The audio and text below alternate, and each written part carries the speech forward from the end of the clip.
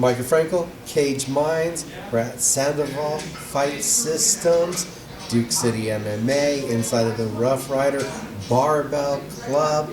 Got some Muay Thai action going down this weekend in El Paso. Cam, the Kamikaze, Jumawan, Yes, sir. is going to be in action. It's been a while, sir. Yes, sir. How you feeling? How you doing, bro? Anxious. I would say like more anxious than nervous. It's been 4 years, so definitely back in with some killers training and ready to just get it over with, you know. So. After 4 years, what's the inspiration, the driving factor to be like, I think I want to throw again. I want to throw down. I want to do this. So you know, like they say, it's once you start, there's always a way back. You know what I mean? You can take off for 10 years and still have the love of the sport, and just overall just it's either it's in you or you just want to give up on it. For me, it just stayed with me. You know what I mean? So. And even though you weren't competitive, you stayed in the gym. I've seen you sparring, training quite a while. If you weren't training for a fight, what was the point of being in the gym that whole time? It's my home. You know, it's this is what I grew up with, you know, having family members back then, just, you know, growing up in the boxing gym or in a dojo, you know, and this is my comfort spot. If I'm not at home or work, I'm here. And if it's not for me getting ready for a fight, I'm helping the brothers out here at the gym, you know what I mean? So you've been helping the guys so much. How different is this for you now after 4 years to be in this position? You're used to being in their position, right, cheering along, motivating at this point, pushing right, the guys. And honestly, it's an unexplainable feeling, I would say.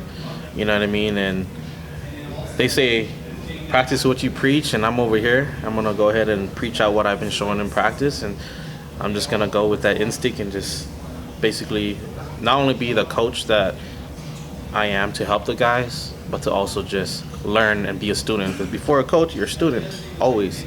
You know what I mean? So just to kind of get back in there and, you know, from being on the other side of the cage, it's different, definitely. How did it feel a couple days ago when you woke up and you're like, it's fight week? To be honest, I've been posting on Instagram a lot because that's how excited and anxious I am. I'm dialed in, man. You know what I mean? I'm just hungry, and I'm just ready to eat. I'm ready to eat, you know? 4 years, so much training, so many different training partners, coaches. Right. How much different of a competitor, of a martial artist are you now? To be honest, I would say this generation's changed compared to back then. There's a lot more technique and styles that you probably wouldn't have seen back then. And, you know, training with these amazing athletes here at Sandoval, Duke City, Rough Rider, it's like you have everything that you could ever ask for. You know, you have Jalen Fuller, you have Chris Collins, Freddie Sandoval, Greg Allen, Ian Varela. You know, you got everybody, you know what I mean? And, you know, Frank, Mario Moore, you know, I'm not just one guy that'll spar someone in my weight class. I'm sparring everybody because I want to get a feel of everybody's, you know, specialties. And honestly, it's helped me. It helped me grow a lot, definitely. This is going to be a Muay Thai fight with 4-ounce gloves. I think that's cool. No, definitely. It's, you know, everybody watches ONE FC, you know what I mean? And it's a big growing platform in the sport. And not only that, I think it's better.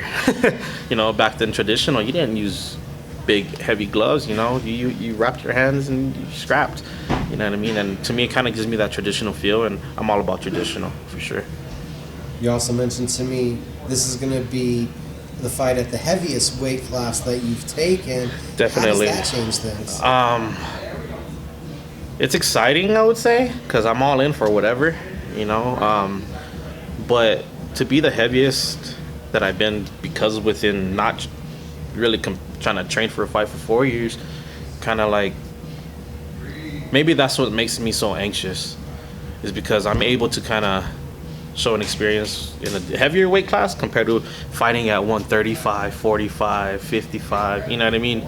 So like doing this, it's exciting, it's a thrill, you know what I mean?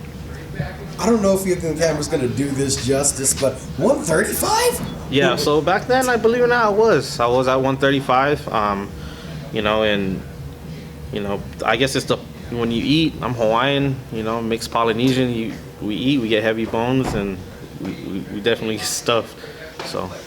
I'm not trying to give your opponent too much insight. No. It just looked like you hit like a ton of bricks. No, hey, I think I have some power. I think I have a lot of power. Not only that, knowing that I did fight in smaller weight classes before, my speed never left me.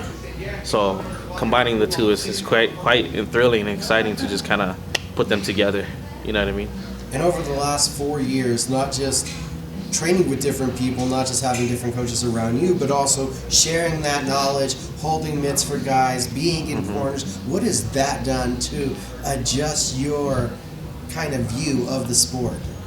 Honestly, just to kind of see, you know, being on the other side, just kind of like watching a lot of these younger guys come up and kind of have the love for this sport, kind of reminding me why I started in the first place, or why I love being in the gym so much, because people like Ian, who's a crazy guy, you know, but yet he's hungry all the time, and Greg, you know, he's upcoming. Like, just to be around the younger guys, just kind of like reminded you why were you in there in the first place, and and you know, like I said, I've been to a lot of gyms where a lot of coaches wouldn't pay attention because there's so much happening, and to kind of be that part and show them the love and the support that, you know, I probably never had is actually it means a lot to me, definitely. And yeah, definitely grew me as a person, humbled me a lot.